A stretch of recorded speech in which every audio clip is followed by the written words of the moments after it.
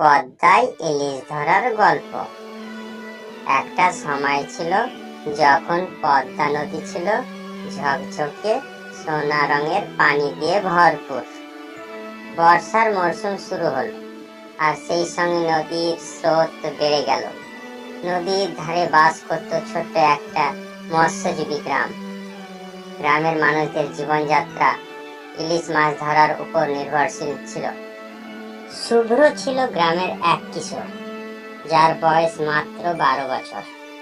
সে ছোটবেলা থেকেই তার বাবার সঙ্গে নদীতে মাছ ধরতে যেত।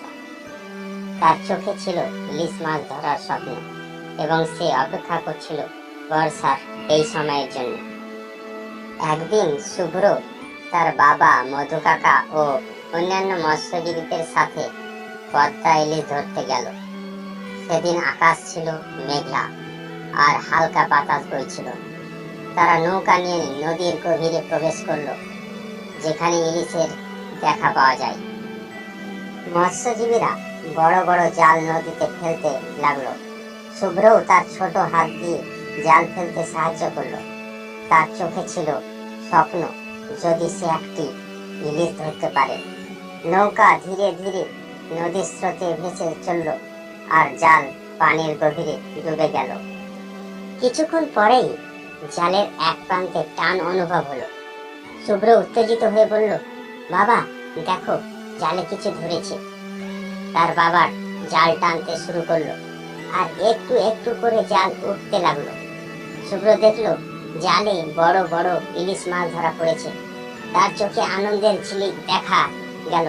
তারা সেদিন প্রচুর ইলিশ ধরলো, আর প্রতিটি মাছ ছিল মোটা ও চকচকে। শুভ্র তার প্রথম বড় ইলিশ হাতে নিয়ে খুবই খুশি হলো। সে ভাবলো, এই মাছটা আমার মায়ের জন্য নেব, মা খুব খুশি হবে। গ্রামে ফিরে যাওয়ার পথে নৌকা ভরে উঠলো ইলিশে। গ্রামের সব মৎস্যজীবী সেই দিনের সেরা ধরন নিয়ে খুশি মুখে বাড়ি ফিরল। শুভ্র তার মা ও ছোট ভাই বোনেদের নিয়ে সেই ইলিশ রান্না করলো। তার মা ইলিশ ভাজা করে সবাইকে খাওয়ালো। সেই খাবারের ঘ্রাণে পুরো বাড়ি মিষ্টি হয়ে উঠল। শুভ্রর মা তার মাথায় হাত রেখে বললেন, তুমি আজ সত্যিকারের মৎস্যজীবী হয়ে উঠেছ। বাবা, শুভ্রের চোখে জল চলে এলো আনন্দে। গ্রামের সবাই মিলে সেই ইলিশের উৎসব করলো। সেই রাতে পদ্মার ধারে মঙ্গল প্রদীপ জ্বালানো হলো, আর সবাই মিলে নাচ গান করলো। বর্ষার সময় এলে গ্রামের মানুষদের জীবনে আনন্দ ও উচ্ছ্বাস ফিরে আসে। শুভ্র শিখল, সাফল্য পেতে গেলে ধৈর্য ও পরিশ্রম করতে হয়, আর সেই সাফল্য ভাগ করে নিলে তবেই তা সম্পূর্ণ হয়। এই গল্পের মাধ্যমে বোঝা যায়, জীবনের প্রতিটি ছোট্ট অর্জনও আনন্দের সাথে উপভোগ করতে হয়। ধৈর্য, পরিশ্রম এবং পরিবার ও বন্ধুদের সাথে সেই আনন্দ ভাগ করে নেওয়াই জীবনের মূল মন্ত্র।